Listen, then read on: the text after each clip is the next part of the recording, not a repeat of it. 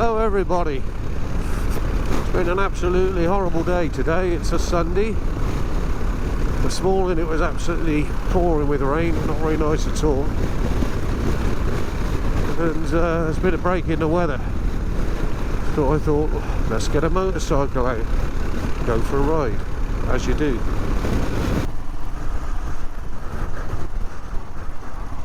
Bike for all seasons.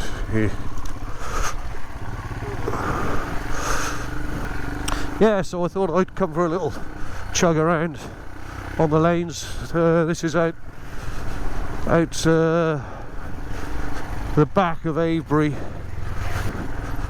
It's a byway, which, like I say, appears to have filled up with water.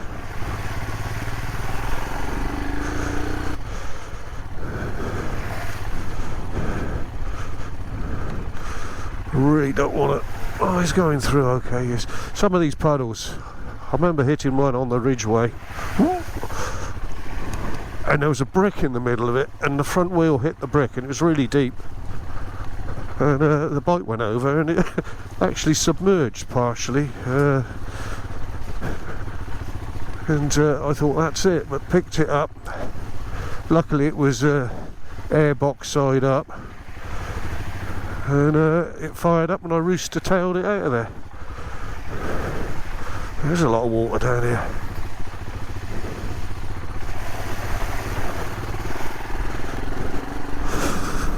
But yeah, it's brightening up now.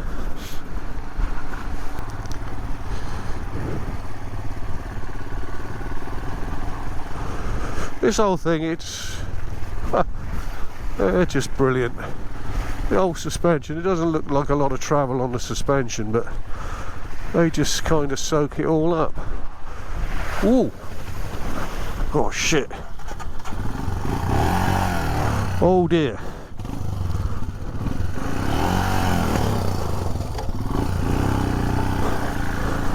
Oh crikey!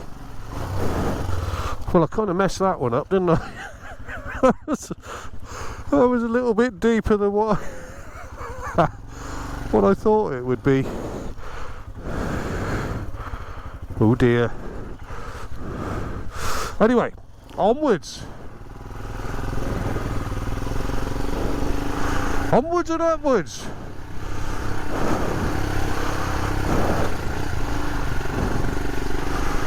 What was I saying about dropping it on the Ridgeway? Well, I definitely bogged down on that one. The second gear didn't seem to do much. Right, where are we now then? I've got to try and think. Ah, we go down this way.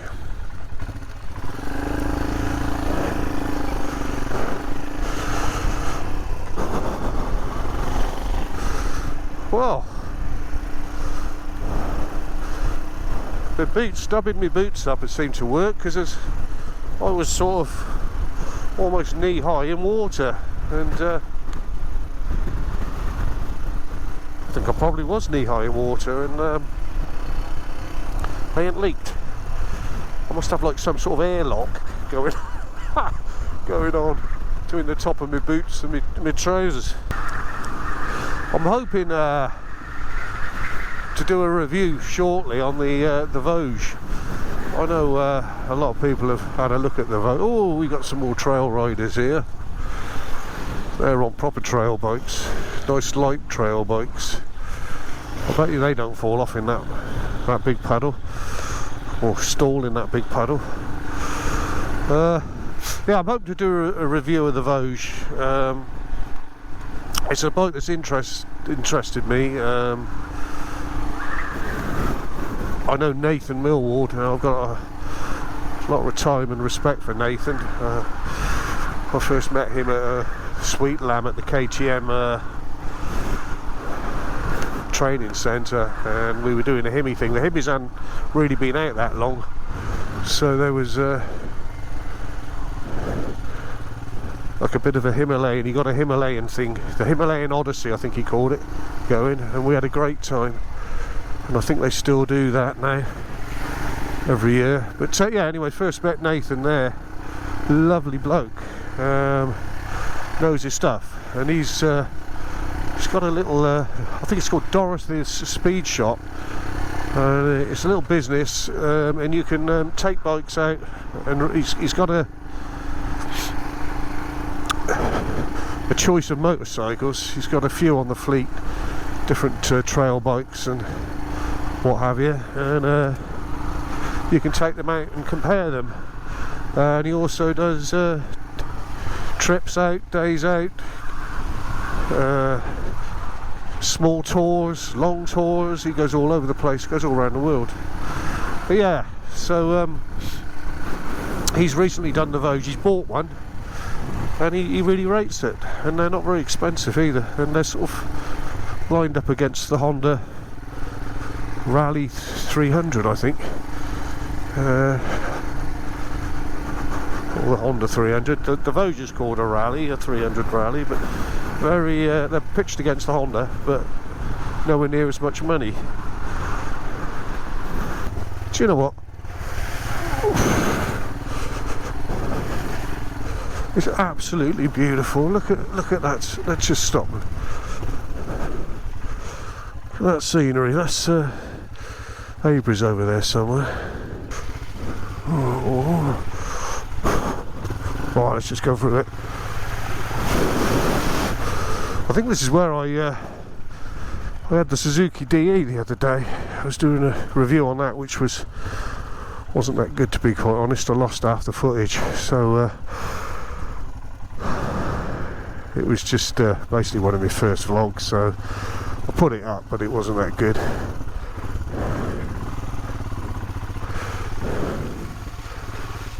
Right, here we go again. How deep's this going to be?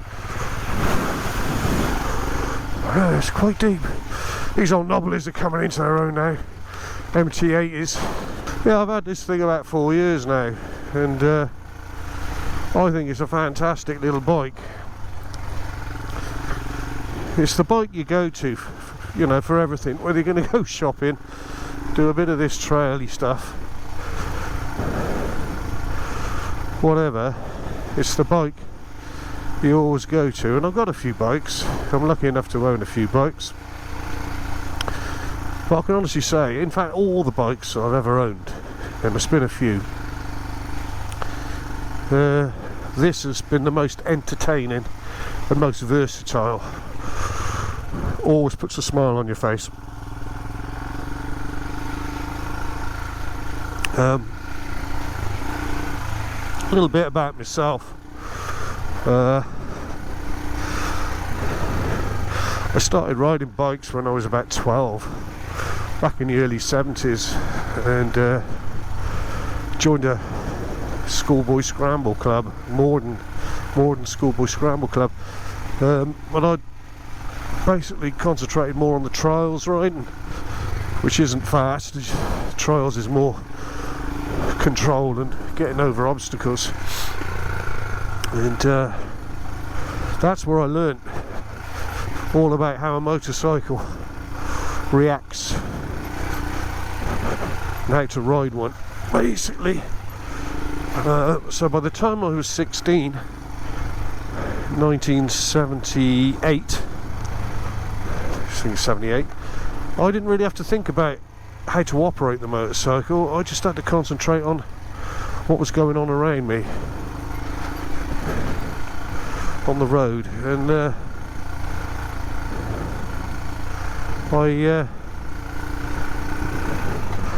you sort of become complacent when you've been riding bikes for a long time. You become complacent and you expect people to know stuff which is basically second knowledge to you. You just know it, you know, and you expect other people to know it. And when they're actually getting out on a bike for the first time, having to learn how to control it, plus ride it on today's roads with today's traffic conditions, you know, hats off to them. But yeah, I started off the first what you call big bike or proper motorcycle was a Honda 250 Super Dream, and that was in 1979. which I rode for a year. Passed me back then. You could ride them on L plates, and then you have to pass your bike test, which was basically this is hilarious. You turn up at the test centre, and the guy would have a clipboard, and he would walk out onto the street, and you'd have to do a circuit around the block, and you maybe go 3 or 4 times around the block, and during that time you wouldn't know where he was, but he'd be stood, you know, behind a corner, around a corner, or on a lamppost, taking notes. And then you'd return to the test centre, and then he would basically inform you whether you'd passed or not. It was as easy as that. So anyway, got rid of my L plates and had that bike for a year, and then I got into the 650 Yamaha, XS650 Yamahas, which I was talking about in my last vlog, and I rode those for a long time, and I've still got one stashed away, and a couple of engines. But yeah, I rode those, and then I got into Harley Davidsons. And I rode Harleys for the best part of 30 years or more, and I love me Harleys. I'm not so keen on the new ones. They've lost a bit of the feel, I think, their feel. But still got lucky enough to have a few Harleys. Sounds bad, doesn't it, all these motorbikes, but when you get to my age and you don't sell a lot of stuff, you do tend to end up with a few bikes. And like I say, the breakfast crew, but those guys have got a few bikes each, I know that. But yeah, so Harley Davidson, and then I bought me a little Himalayan. I dabbled in the KTM 1290 Super Duke R, which was absolutely mental. Lovely bike, pure motorcycling that was. That was a proper motorcycle. Really light, and a really powerful V-twin 1340 V-twin engine in it. That was nuts. Everybody thought I was going to kill myself on that. All my old mates were going, "Now you be steady, you go steady, don't you go there." You know? And I was a little bit scared of it at first, to be quite honest, and because you'd hear all these reports of you know, that they were like the apex super naked bike, and I don't know where I am now.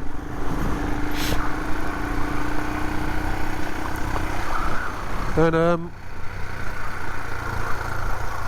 all the journalists, you know, motorcycle news, they're really, you know. Anyway, after I got used to it, which didn't take me long, after I overcame my initial fear of it, because what people were, well, not fear, but trepidation, I don't know, of it, because of what people were saying about it, I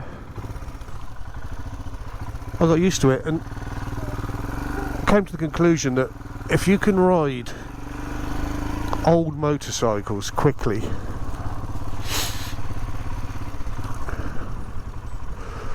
well, I've got to go up here. Well, I don't want to run him over. If you can ride old motorcycles quickly, especially Harley Davidsons, if you can ride them at a pace, you can ride more or less anything quick, any of these modern bikes. And with all the tech on them now, the KTM had a lot of tech on it, they more or less ride themselves. Well, not ride themselves, but they're not hard to ride. But yeah, I basically came to the realisation that you couldn't ride that bike on the road to its full potential. It was I had it out to 185 horsepower, and it actually weighed about 180 kilos, so it was 1-to-1. and unless you take them on track days, and I thought, well, I'm not going to do that because I'll be the idiot with the high-tech KTM that's sat on his ass in the middle of the track surrounded by plastic. So I decided to sell it. Let's just be careful with this gentleman.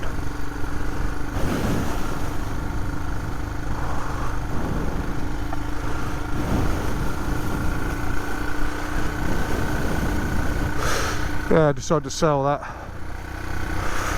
and off the back of that I bought the well, I had a dabble with the Benelli 502. That was a good bike for the money. It was a brilliant bike. Went to Scotland, put about 10,000 miles on that in a year. Went to Scotland with Sandy. That trip's up on Sandy's channel, Wiltshire Man channel. And yeah, quite impressed with it. There's a tree down there. I just say the object of this is to test my audio out, but we'll go and have a quick look, see what we can find.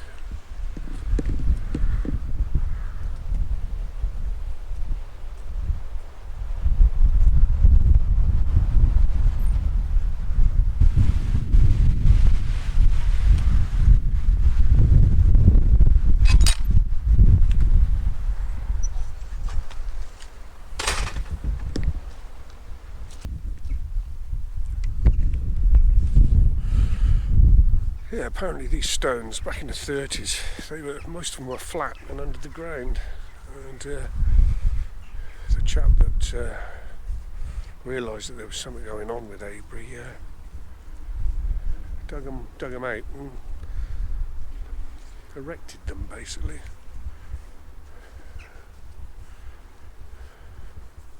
So, and I think a lot the village. People living in the village, they moved the people out of the village, knocked a lot of the houses down so they could dig the stones out, and those people were moved up to up the road to Avebury Truslow, I think it is. But yeah, quite an interesting story attached to Avebury.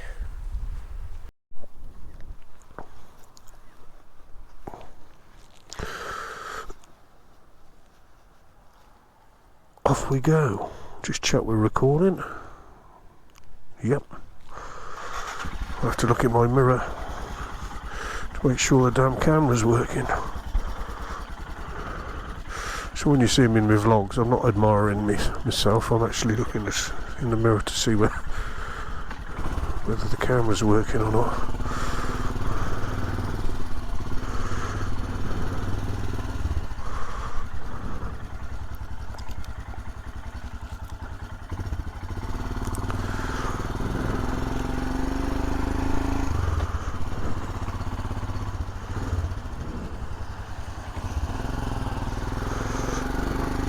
There's that guy on that Triumph again. I followed him out earlier.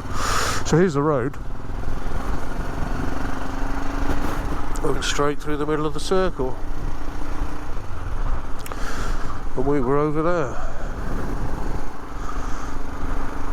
We were stood just there. So yeah.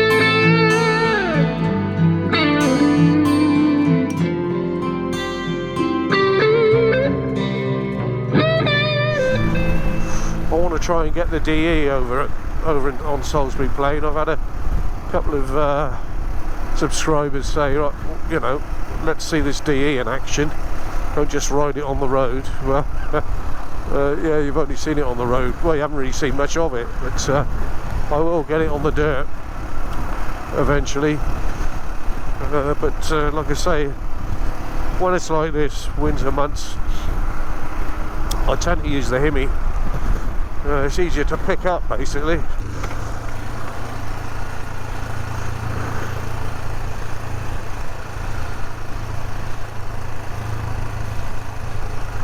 Here's Marlborough.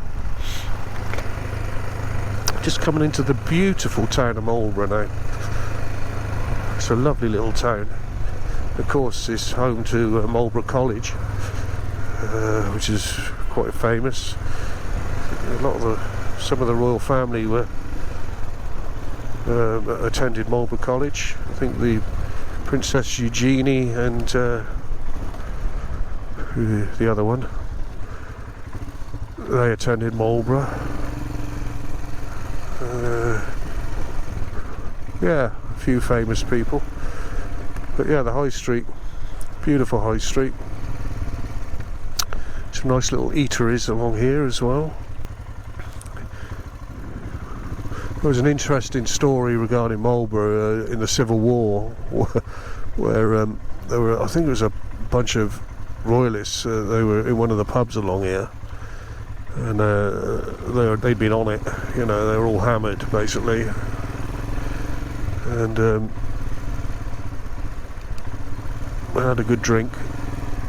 And right, what's going on here?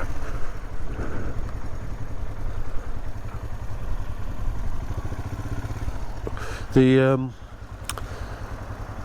load of parliamentarians decided to trot in down the other end of the High Street, down the end there, and because this is the A4, and I think it was a big thing with the wool trade back in the day. But anyway, these parliamentarians came in, and all hell broke loose. Slightly unfairly, I guess. The royalists were slightly worse for wear, so I think they got their asses kicked.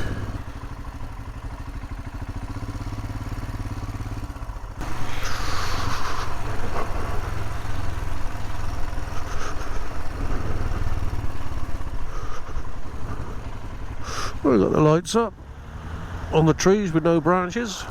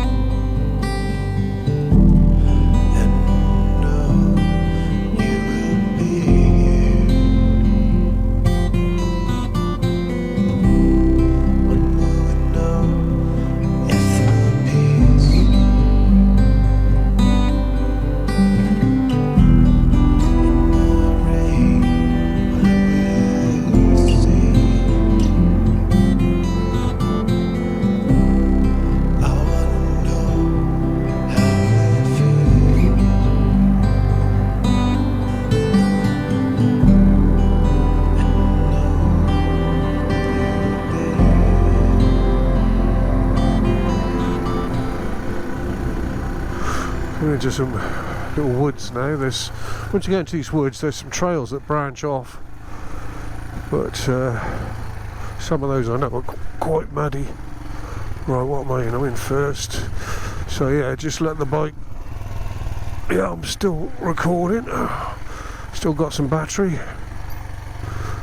I'm just letting the bike find its own way down in first gear, using the engine braking. When I was at Sweet Lamb and I come down this steep hill, put my brakes on and nothing happened. It was on off. I almost went straight through a farm gate. And there's a guy, ex-Parry Dakar bloke, instructor on his KTM,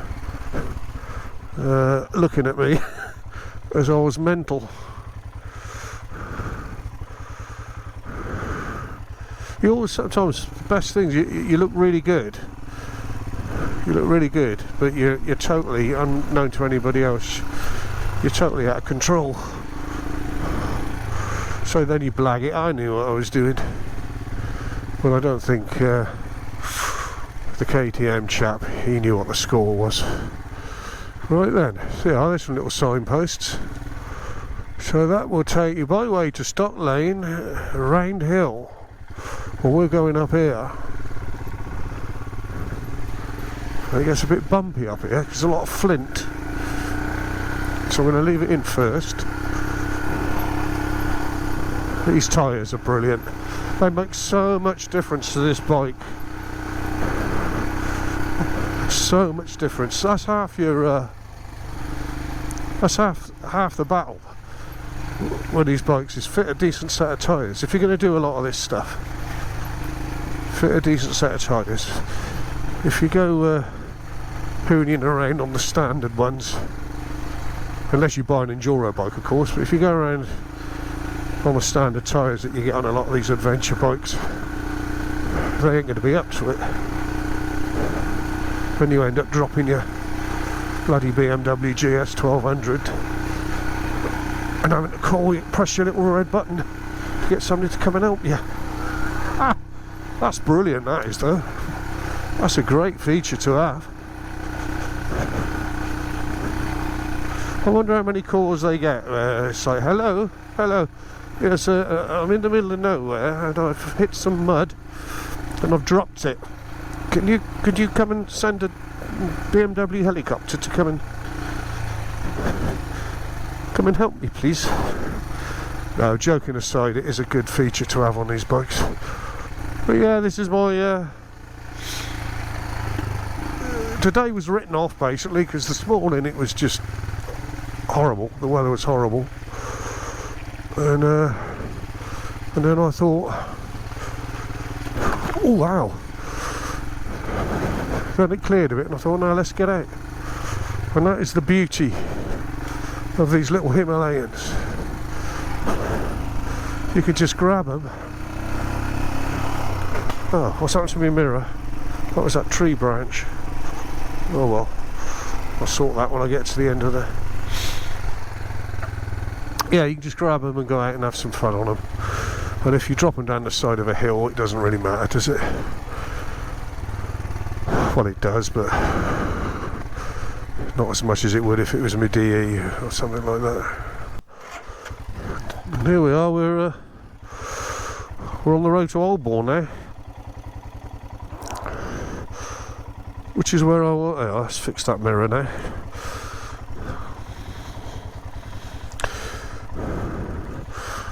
Where I was, where I did the review on the Meteor, where the Blue Ball pub is. So. That's a lovely little village. I'm going to do a vlog. I've got a vlog coming up eventually, well, in the summer. I want to do a vlog on the 101st Easy Company, the 101st Airborne. Do a proper vlog on that. Be a historical thing, but it's fascinating, the story behind that. And well, most of you have watched the Band of Brothers. That was HBO, I think that was aired on. Probably a good few years back now, but it followed the exploits of Easy Company from the D-Day landings to when they actually it was well, VE Day basically, and they did that. My goodness, they did have a few adventures. Easy company. They're involved in a lot of stuff. Horrendous fighting. Bastogne is a bad one. But yeah, I'm going to do a vlog on that from when they started with their training along here in Holborn, towards Holborn. They'd be running these lanes, running around these lanes. Some of the airfields they practiced on.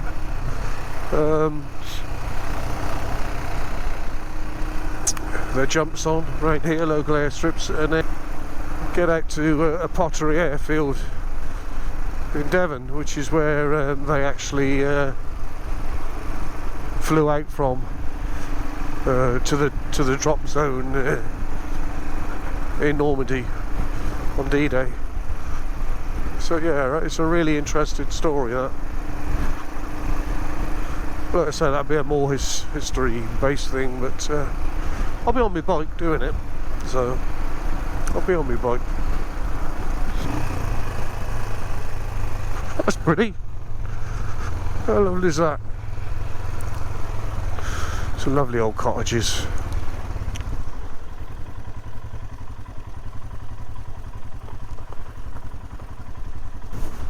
Right, and in front of us we've got another pub, the second pub in Holborn.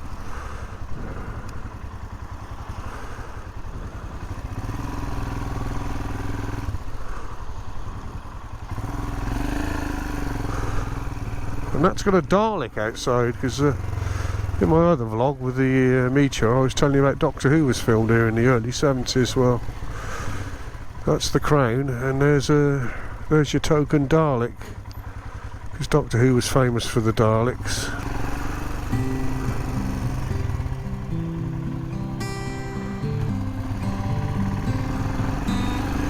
So yeah,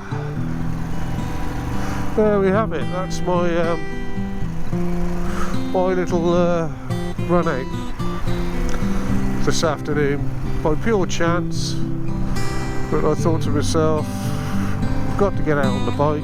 It clears my head. Like I say, it's what I'm all about. Motorcycles are part of me, and